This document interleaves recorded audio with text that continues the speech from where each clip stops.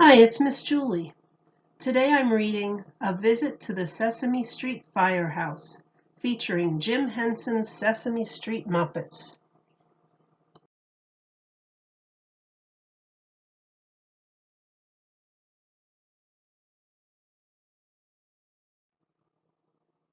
This book was written by Dan Elliott and illustrated by Joe Matthew.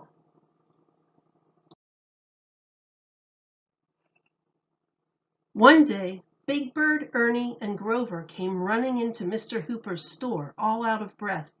"Mr. Hooper, there's a fire across the street," said Big Bird.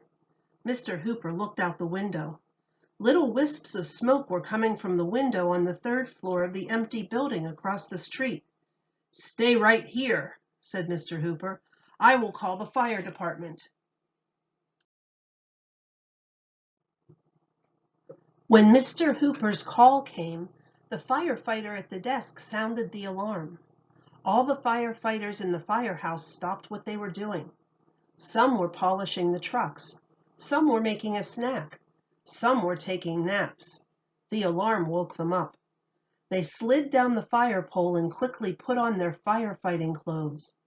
They were ready, and so was Hydra, the fire dog. One of the firefighters ran outside to stop the traffic. "Okay, all clear," he called. The sirens blared and the fire trucks roared out of the firehouse. In a few minutes, the pumper truck, followed by the hook and ladder truck, came tearing down Sesame Street. The driver of the pumper truck connected a large hose to the fire hydrant, while 3 firefighters ran into the building to see how far the fire had spread. In seconds, they were back. "There's too much smoke to go upstairs. Get the ladder."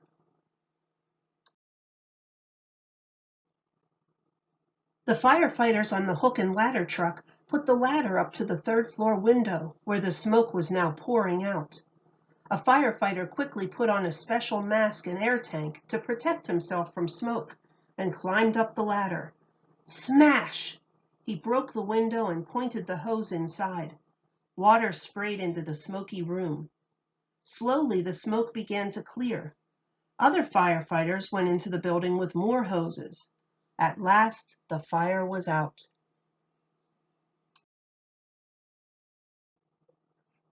When Mr. Hooper said it was safe, Big Bird, Ernie, and Grover went across the street to thank the firefighters.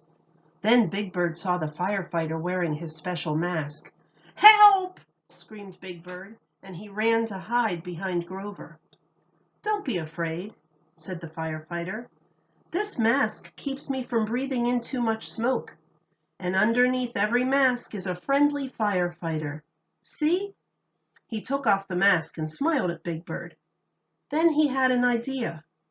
"How would you and your friends like to visit the firehouse tomorrow?" Everyone said yes, all at once.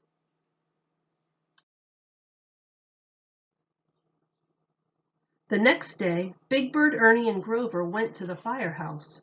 The chief was ready to give them the grand tour. "Well, the firehouse is like a second home for us," said the chief as he took them upstairs. "We make our meals here, and we eat here." "This looks like a living room," said Ernie. "It is," said the chief. "We can read a book, relax, or even take naps here. That's why we have cots. Sometimes firefighters work all day and night without going home, and they need to take naps. But the most important thing we do when we're not fighting a fire is clean and test the equipment."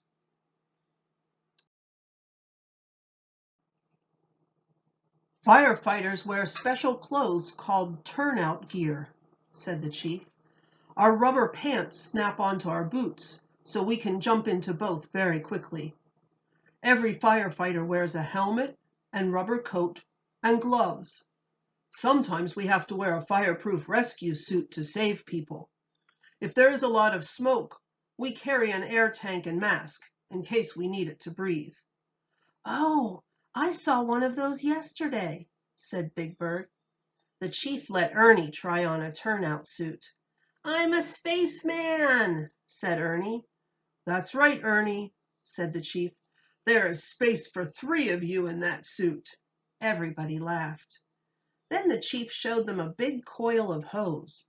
"Every fire truck carries a hose to put out fires. Sections of hose are screwed together to make one very long hose. Our truck has a hose that is more than 5 blocks long. When it is full of water, it is very heavy and will not bend."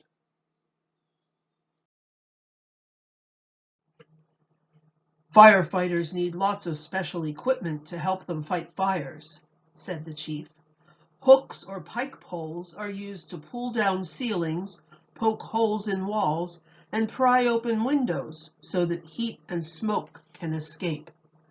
We use a fire axe to smash windows or chop down locked doors to save people trapped inside. We can get to a fire from the outside of a building by using a ladder. Some ladders can reach up to the 13th floor of a building. They shoot up from the truck like a jack-in-the-box." "Is water the only way to put out a fire?" asked Ernie. "No," said the chief. "Water won't stop gasoline from burning. So if a car or an airplane is on fire, we use foam. Foam is made by adding chemicals to water. A special foam gun is attached to the roof of a pumper truck, and it shoots foam at the fire. Often fog is the best way to put out a fire," the chief continued. "Just by turning the nozzle of a hose, a firefighter can make a fine spray like fog or mist come out. It cuts through heat and smoke so firefighters can get closer to where the fire is." "This is our longest fire truck, the hook and ladder truck. It is so long that 2 people have to steer it, the driver in front and the tiller man in back. The tiller man steers the rear wheels to get the truck around corners." Big Bird got behind the wheel in the back. "Hey, everybody, I'm a tiller bird," he shouted.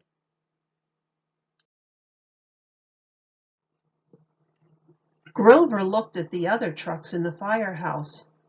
"Why do you have so many trucks?" he asked. "Each one has a special purpose," said the chief. "Pumpers are hose trucks. They are the first trucks at a fire. The firefighters on a pumper connect a short, thick hose between the fire hydrant and the hose on the pumper. The engine on the truck is used to pump water very fast and very hard.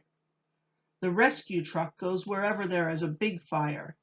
It is also sent on special calls to save people in trouble. It carries lots of special tools and equipment. The ambulance also goes wherever there is a big fire. It carries first aid supplies for injured people. It can also take people to the hospital."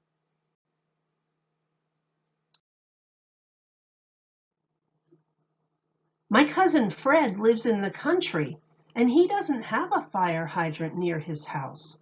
What would happen if his house or barn was on fire?" asked Ernie. "Well, that's a good question," said the chief. "When there is a fire in the country, firefighters use a special truck called a tanker pumper. It carries its own water supply in a giant tank.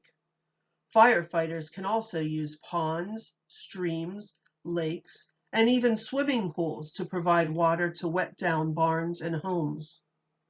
"What if there's a fire on a boat?" asked Ernie. "A fireboat is used to fight fires on ships and docks and in buildings along the waterfront. It fills its hose by pumping water right out of the river or bay."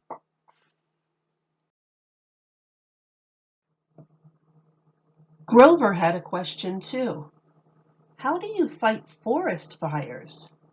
"Well, we fight them on the ground with small fire trucks called forestry trucks. Forestry trucks carry their own water tank, pump, and hose. We also fight forest fires from the sky." "You mean firefighters can fly?" said Big Bird. The chief laughed. "No, but planes can. We fly very low in airplanes or helicopters and spray water and chemicals to put the fire out. Wow, you sure have to know a lot to be a firefighter, said Big Bird. And you must be so strong, said Grover. Can I be a firefighter when I grow up? Asked Ernie. If you can pass the test, the chief said. In the meantime, there's a lot that you can do to prevent fires. Every home should have a smoke detector. If a fire starts when you are asleep, an alarm will wake you up so you can get out safely and call the fire department. Don't play with matches, ever. And don't play with the knobs on the kitchen stove. Don't play near electrical heaters. Ask your parents to write down your local fire emergency phone number and tape it to the wall near the phone. Most people use the number 911. That's what Mr. Hooper did, said Ernie.